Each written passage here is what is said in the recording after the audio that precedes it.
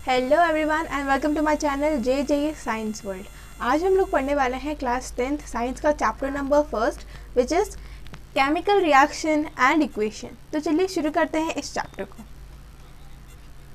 So what do you mean by chemical reaction? Chemical reaction क्या होता है? The breaking and making of bonds between different atoms to produce new substance. जो chemical reaction है it is the breaking and making of new bonds. इसमें क्या होता है, जो एटम्स होते हैं उसके बीच में बॉन्ड्स ब्रेक भी होते हैं और कुछ बॉन्ड्स बनते भी हैं। This is called as chemical reaction. For example this, ये हमारे पास मैग्नीशियम है। मैग्नीशियम को जब हमने ऑक्सीजन के प्रेजेंस में रखा इट विल बर्न, वो जल जाएगा एंड वो किस में कन्वर्ट हो जाएगा? मैग्नीशियम ऑक्साइड में कन्वर्ट हो जाएगा। नेक्स्ट है केमिकल इक्वेशन। केमिकल इक्वेशन क्या होता है?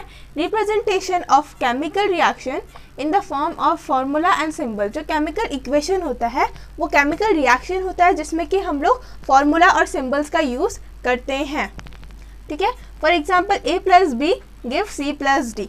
ए प्लस बी जो है इट इज़ रिएक्टेंट, जो इस साइड होगा it is called as reactant and और जो इस साइड होगा वो होगा प्रोडक्ट। रिएक्टेंट किस साइड होगा? It is your left hand side, okay, and right hand side में हमारा क्या होगा? प्रोडक्ट। नेक्स्ट है बैलेंस्ड इक्वेशन। बैलेंस्ड इक्वेशन क्या होता है? Same numbers of elements, same numbers of atoms of elements in LHS and RHS। मतलब LHS और RHS में एलिमेंट्स के एटम सेम होने चाहिए। ठीक है, बैलेंस इक्वेशन का एग्जाम्पल लास्ट में देखेंगे, पहले हम इतना कवर कर लेते हैं जो कि बहुत इंपॉर्टेंट है। Next topic is informative equation. Informative equation नाम से पता चल रहा है इंफॉर्मेटिव मतलब वो इन्फॉर्मेशन दे रहा है अबाउट योर एलिमेंट, एलिमेंट के बारे में। यूजिंग सिंबल लाइक सॉलिड के लिए S यूज होता है, लिक्विड के लिए L, गैस के लिए G and aqueous means water के लिए AQ। ओके, यहाँ पे एक एग्जाम्पल है जैसे 2mg + O2 gives MgO। mg क्या है? यहाँ पे सॉलिड है। नेक्स्ट O2 हमारा गैस है and MgO is also a solid. So ये इक्वेशन किसका एग्जाम्पल होता है? ये इक्वेशन है informative equation. Next topic is, ठीक है, रिएक्टेंट क्या होता है? Substance which takes part in chemical reaction. ऐसा सब्सटेंस जो केमिकल रिएक्शन में पार्ट लेते हैं उसे हम बोलेंगे रिएक्टेंट। एग्जाम्पल हम अभी देखेंगे। नेक्स्ट है प्रोडक्ट। प्रोडक्ट क्या होता है? New substances form after a chemical reaction. Product में क्या होता है? एक न्यू सब्सटेंस फॉर्म होता है केमिकल रिएक्शन के बाद। फॉर एग्जाम्पल आप मैथ्स में सम करते हैं तो आपका एक प्रोडक्ट आता है, ठीक है, आपका एक आंसर आता है। वैसे ही केमिकल रिएक्शन में आपका एक आंसर आएगा, प्रोडक्ट हम इसे बोलेंगे। फॉर एग्जाम्पल यहाँ पे रिएक्टेंट मतलब जो टेक पार्ट, मतलब जो पार्ट कर रहा है, जैसे ये दोनों हैं, they are reactant Mg and O2। ठीक है, एग्जाम्पल क्या हो जाएगा रिएक्टेंट का? रिएक्टेंट का एग्जाम्पल हो जाएगा 2mg + O2 क्योंकि ये इक्वेशन में पार्ट कर रहे हैं। बट आंसर हमारा क्या आ रहा है? प्रोडक्ट क्या आ रहा है? MgO मीन्स प्रोडक्ट हमारा एग्जाम्पल है MgO। नेक्स्ट अब हम देखेंगे इक्वेशन को कैसे बैलेंस करते हैं। ठीक है, एक इक्वेशन को कैसे हम बैलेंस करेंगे। तो सबसे पहले हमारे पास इक्वेशन होना चाहिए। इक्वेशन है Fe + H2O gives Fe3O4 + H2। हमने पढ़ा था बैलेंस इक्वेशन क्या होता है? Same numbers of atoms present in both LHS and RHS of the element. ठीक है, एलिमेंट के LHS और RHS में एटम जो है वो इक्वल नंबर्स में होने चाहिए। अब देख लेते हैं यहाँ पे कौन कौन से एलिमेंट है। Fe। नेक्स्ट सबसे पहले हम देखेंगे इसका विच इज रिएक्टेंट, फिर हम देखेंगे प्रोडक्ट का। तो रिएक्टेंट में पहला है एलिमेंट Fe, फिर है H और फिर O। Fe यहाँ पे है 1 एटम, हाइड्रोजन के हैं 2 और ऑक्सीजन के 1। नेक्स्ट देखेंगे प्रोडक्ट में क्या है? Fe, यहाँ पे भी H एंड O। Fe के हमारे पास एटम है 3, O के हैं 4 एंड हाइड्रोजन के हैं 2। ये तो बैलेंस नहीं है, साफ साफ पता चल रहा है बिकॉज यहाँ पे Fe में 1 एटम है, यहाँ पे 3 एटम्स है। ठीक है, तो हमें सबसे पहले बैलेंस करना पड़ेगा। बैलेंस करने के लिए हम इंटू 3 कर देंगे यहाँ पे। ठीक है, इन दोनों को बैलेंस करना है और यहाँ पे हम लगा देंगे 3। ये इक्वेशन अलग से लिख लेते हैं। Fe + H2O gives Fe3O4 + H2। ठीक है, यहाँ पे हमने 3 कर लिया। अब देखिए यहाँ पे भी ये इक्वल है और यहाँ पे भी इक्वल है, तो यहाँ पे लगा देंगे 3। जहाँ पे कमी होगी वहाँ पे हम कर देंगे। देखिए आप यहाँ जो रिएक्टेंट है वहाँ पे भी Fe की एटम जो है वो 3 है और यहाँ पे प्रोडक्ट में भी उसका 3 एटम्स है। नेक्स्ट हाइड्रोजन के पास चलते हैं। हाइड्रोजन में यहाँ पे है 2 और यहाँ पे है 2, मीन्स ये बैलेंस है। नेक्स्ट ऑक्सीजन, ऑक्सीजन यहाँ पे है 1 और यहाँ पे है 4, ठीक है। तो यहाँ पे हम क्या करेंगे, इंटू 4 कर देंगे, ठीक है। इंटू 4 मीन्स यहाँ पे हमें 4 करना पड़ेगा, ठीक है। 4 कर दिया। अब आप देखिए यहाँ पे 4, यहाँ पे तो 1 था, 4 1 सा 4। ऑक्सीजन तो हमारा बैलेंस्ड है, पर हाइड्रोजन हमारा बैलेंस नहीं हो पा रहा है, बिकॉज 4 2 सा 8 हो गया, ठीक है। अब यहाँ पे कितना हो गया, यहाँ पे अब 8 हो गया, मीन्स अब आपको प्रोडक्ट में भी 8 करना पड़ेगा हाइड्रोजन को, ठीक है। तो यहाँ पे हम लोग क्या कर देंगे, 4 से इसको मल्टीप्लाई कर देंगे, बस।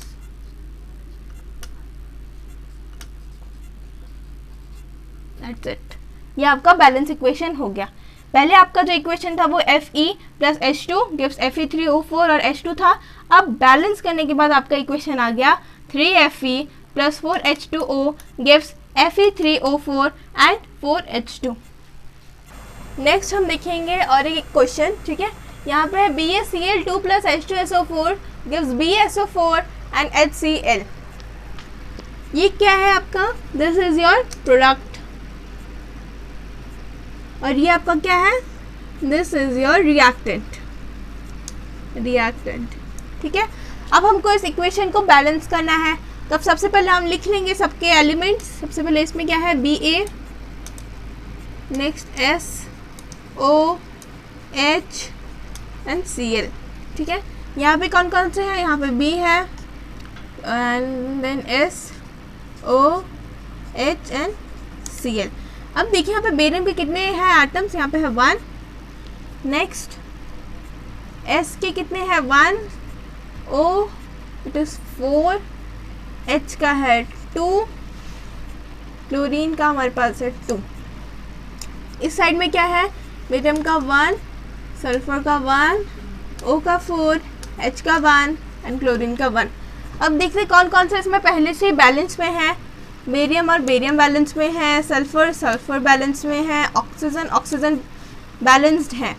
अब बैलेंस कौन कौन से नहीं है, hydrogen and chlorine, means hydrogen and chlorine हमें इनको बैलेंस करना है। यहाँ पे 2 है, यहाँ पे 1 है, इंटू 2 कर देंगे, यहाँ पे भी इंटू 2 कर देंगे, आंसर आ जाएगा 2 and 2।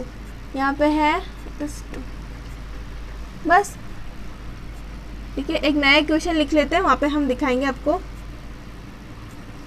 BaCl2 plus H2SO4 gives BaSO4 and HCl। अभी यहाँ पे हमारा क्या आया था 2, यहाँ पे 2 लिख देंगे, बस आपका इक्वेशन बैलेंस्ड हो गया। नेक्स्ट हम देखेंगे टाइप्स ऑफ रिएक्शन कितने टाइप्स के होते हैं। पहला हम पढ़ने जा रहे हैं कॉम्बिनेशन रिएक्शन। कॉम्बिनेशन हो रहा है मीन्स 2 एलिमेंट्स और 1, इसमें क्या होता है 2 एलिमेंट का कॉम्बिनेशन हो सकता है, या फिर 1 एलिमेंट 1 कंपाउंड का कॉम्बिनेशन हो सकता है, या फिर 2 कंपाउंड का कॉम्बिनेशन हो सकता है, और वो हमको क्या देगा, सिंगल प्रोडक्ट देगा। For example A and B, A और B में ये दोनों एलिमेंट हो सकते हैं, फर्स्ट केस ये है। दूसरे केस में ये एक एलिमेंट हो सकता है, दूसरा कंपाउंड हो सकता है। थर्ड केस है हमारे पास दोनों कंपाउंड हो सकते हैं, but they will give a single product, बस वो क्या देंगे, एक सिंगल प्रोडक्ट देंगे। फॉर एग्जाम्पल Mg, ये एक एलिमेंट है, it is also an element, oxygen, ठीक है। गिव हमको क्या दे रहा है, प्रोडक्ट 2MgO, ठीक है। मतलब यहाँ पे क्या हो रहा है, 2 एलिमेंट कंबाइन होके हमको एक सिंगल प्रोडक्ट दे रहे हैं। This is all about combination reaction. Next हम देखेंगे डिकम्पोजिशन रिएक्शन। डिकम्पोजिशन रिएक्शन क्या होता है, स्प्लिटिंग ऑफ कंपाउंड्स इनटू 2 और मोर सिंपलर प्रोडक्ट। इसमें क्या होता है, कंपाउंड स्प्लिट होते हैं, टूटते हैं, और 2 या फिर 2 से ज़्यादा सिंपलर प्रोडक्ट में वो कन्वर्ट हो जाते हैं। फॉर एग्जाम्पल 2Mg या 2MgO हमारे पास प्रोडक्ट था, पिछले हमने अपनी इक्वेशन क्या था उसका, ठीक है। यह हमको क्या देता है, 2Mg प्लस O2, ठीक है। एक जो ये सिंपल कंपाउंड है वो 2 या 2 से ज़्यादा, मतलब इसमें तो अभी 2 सिंपलर फॉर्म से वो सिंपल प्रोडक्ट्स में वो कन्वर्ट हो गया है। नेक्स्ट हमारे पास डिस्प्लेसमेंट रिएक्शन, डिस्प्लेस कर रहा है किसी चीज़ को, ठीक है। More reactive metal displaces the less reactive metal, जो ज़्यादा रिएक्टिव मेटल है वो कम रिएक्टिव मेटल को डिस्प्लेस कर जाएगा। For example A plus BC, ये क्या होगा, ए सी के साथ डिस्प्लेस करेगा और बी अलग हो जाएगा, ठीक है।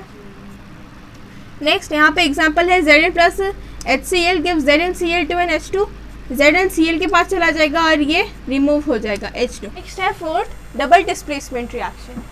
To different atoms or group of atom displaces each other.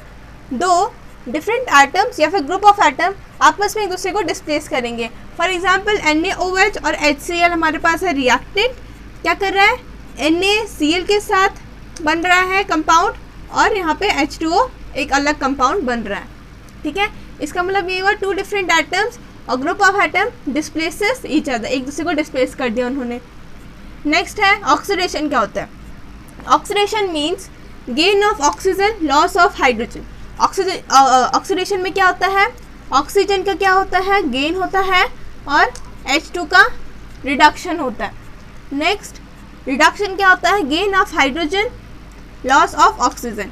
Hydrogen यहाँ पे क्या हो रहा है, गेन हो रहा है और ऑक्सीजन क्या हो रहा है, लॉस हो रहा है। नेक्स्ट हम पढ़ेंगे रिडॉक्स रिएक्शन क्या होता है। Redox reaction chemical reaction which shows both oxidation and reduction, ठीक है। ऐसा रिएक्शन जो दोनों ऑक्सीडेशन भी शो करे और रिडक्शन भी शो करे उसे हम बोलेंगे redox reaction. For example CuO plus H2 give Cu and H2O। यहाँ पे ये जो CuO है, देखिए यहाँ पे ऑक्सीजन है पहले से, बट वो इस साइड जाके क्या हो रहा है, रिड्यूस हो रहा है, मीन्स यहाँ पे रिडक्शन हो रहा है। नेक्स्ट है यहाँ पे ये जो हाइड्रोजन है, यहाँ पे ऑक्सीजन नहीं है बट यहाँ पे जाके उसने गेन कर लिया ऑक्सीजन को, means both reduction and oxidation takes place in a reaction, this is called as redox reaction. Next इसमें दो पार्ट आता है, रिड्यूसिंग एजेंट क्या होता है और ऑक्सीडाइजिंग एजेंट क्या होता है। Reducing agent substance that remove oxygen, ऐसे सब्सटेंस जो ऑक्सीजन को रिमूव कर देते हैं। नेक्स्ट है oxidation reaction, substance that remove hydrogen, ठीक है, ऐसे सब्सटेंस जो हाइड्रोजन को रिमूव करेंगे, they are called as oxidizing agent. Next है हमारा exothermic reaction, reaction that produce energy, ऐसा रिएक्शन जो एनर्जी को प्रोड्यूस करता है वो रिएक्शन कहलाता है exothermic reaction. Most decomposition reaction are exothermic, ज़्यादातर जो डिकम्पोजिशन रिएक्शन होते हैं वो एक्सोथर्मिक होते हैं। एग्जाम्पल ग्लूकोज यहाँ पे एनर्जी में कन्वर्ट हो रहा है, जैसे C6H12O6 plus 6O2 gives 6CO2 6H2O and energy, ठीक है। यहाँ पे एनर्जी प्रोड्यूस हो रहा है और जहाँ पे एनर्जी प्रोड्यूस होता है वो एक्सोथर्मिक रिएक्शन होता है। नेक्स्ट है endothermic reaction, reaction in which heat is absorb, इस रिएक्शन में क्या होता है, हीट एब्जॉर्ब होती है। For example CaCO3 which is calcium carbonate, ठीक है, कैल्शियम कार्बोनेट, यहाँ पे हीट एब्जॉर्ब हो रहा है, ये हीट का साइन होता है, ठीक है। यहाँ पे एब्जॉर्ब हो रहा है और ये कन्वर्ट कर दे रहा है कैल्शियम ऑक्साइड में एंड कार्बन डाइऑक्साइड गैस में। नेक्स्ट हम पढ़ेंगे प्रेसिपिटेशन। प्रेसिपिटेशन क्या होता है, the formation of insoluble compounds called as precipitation, ठीक है। जब हम लोग रिएक्शन करते हैं तो उसमें कुछ इनसॉल्युबल सॉल्ट भी हमारे पास, इनसॉल्युबल कंपाउंड हमारे पास बन जाता है, ठीक है। इनसॉल्युबल मतलब वो डिसॉल्व नहीं होता है, सॉल्युबल नहीं है, ठीक है, उन सबको हम बोलेंगे प्रेसिपिटेशन। एग्जाम्पल है Na2SO4, ठीक है, Na2SO4 का हम लोग रिएक्शन करा रहे हैं BaCl2 के साथ, तो हमको मिल जाएगा barium sulphate which is white PPT, white PPT मतलब वाइट प्रेसिपिटेट और NaCl अलग हो जाएगा। नेक्स्ट टॉपिक है हमारा कोरोजन। कोरोजन क्या होता है, metals when attack by oxygen water acid present in the atmosphere changes its surface. जब कोई मेटल पीस बाहर रखा होता है, एटमॉस्फेयर में रखा रहता है, खुले में रखा रहता है, तो क्या होता है, वो ऑक्सीजन वाटर एसिड से रिएक्ट होकर उसकी जो सरफेस होती है वो चेंज हो जाती है थोड़ी, ठीक है। This is all due to corrosion. उसका प्रिवेंशन कैसे है, कैसे हम इसको प्रिवेंट कर सकते हैं, बाय पेंटिंग, उसको आप पेंट कर दीजिए मेटल पीस को, ठीक है, तो कोरोजन नहीं होगा। By oiling and greasing, oil and greasing करने से भी कोरोजन नहीं होता है। एंड बाय गैल्वेनाइजेशन, गैल्वेनाइजेशन में क्या करते हैं, हम जिंक की क्लियर लगा देते हैं, वो करने से भी आपका कोरोजन प्रोसेस नहीं होगा। फॉर एग्जांपल आयरन कूलर्स, जो बाहर आयरन कूलर्स लगे रहते हैं, देखा होगा आपने, साल के बाद अगर आपका न्यू है 2-3 साल के बाद देखेंगे उसमें वो उसका जो सरफेस होता है वो थोड़ा सा खुदरा खुदरा हो जाता है, ठीक है। अगर आप उसको पेंट करते रहेंगे रेगुलरली तो उसमें कोरोजन नहीं होगा। नेक्स्ट है रस्टिंग। रस्टिंग क्या होती है, iron when react with air and moisture forms a red substance called as rust, ठीक है। जब हम किसी आयरन बॉडी को बाहर रख देते हैं तो वो एयर और मॉइस्चर उसमें चिपक के क्या करते हैं, रेड कलर का सब्सटेंस फॉर्म कर देते हैं, उसे हम बोलेंगे रस्ट, ठीक है। हिंदी में बोला जाता है उसको जंक। प्रिवेंशन, कैसे हम प्रिवेंट कर सकते हैं जंक को या फिर रस्ट को, बाय पेंटिंग। उस आयरन बॉडी को हम जब पेंट कर देंगे तो रस्टिंग नहीं होगी, ऑयल और ग्रीसिंग से भी हम उसको प्रिवेंट कर सकते हैं। नेक्स्ट टॉपिक है रेंसिडिटी। रेंसिडिटी क्या होती है, oil and fat when get oxidized on exposure to air show changes in smell and taste, ठीक है। जब हम किसी ऑयल को या फिर फैट को बाहर ऐसे ही थोड़ा सा यूज़ करके बाहर ऐसे रख देते तो आपने नोटिस किया होगा उसकी स्मेल चेंज हो जाती है ना, उसका कलर चेंज हो जाता है, टेस्ट चेंज हो जाता है, तो उस प्रोसेस को हम बोल देंगे रेंसिडिटी, ठीक है। प्रिवेंशन कैसे हो सकता है इसका, वैक्यूम, या फिर आप खा लिए उसको कंज्यूम कर लिए, उसके बाद आप उसको वैक्यूम पैकिंग कर दीजिए, या फिर उसमें जो एयर है उसको रिप्लेस करके नाइट्रोजन एयर उसमें डाल दीजिए। फॉर एग्जांपल, इसका एग्जांपल है चिप्स। फॉर एग्जांपल, अगर आप चिप्स खा लिए हैं, ठीक है, उसके बाद आपने ऐसे ही रख दिया है, थोड़ा जो बच गया था, उसके 2-3 दिन बाद अगर आप इसको कंज्यूम करने चाहेंगे तो आप कंज्यूम नहीं कर पाएंगे, बिकॉज उसमें से स्मेल आने लग जाएगी और टेस्ट भी उसका ख़राब हो जाएगा। This is all because oil और फैट जो है वो ऑक्सीडाइज हो चुका है, ठीक है। तो बस आपके चैप्टर में इतने ही टॉपिक्स थे। तो अगर आपको मेरा वीडियो पसंद आए तो प्लीज़ लाइक करें, शेयर करें और सब्सक्राइब करें। Thanks for watching.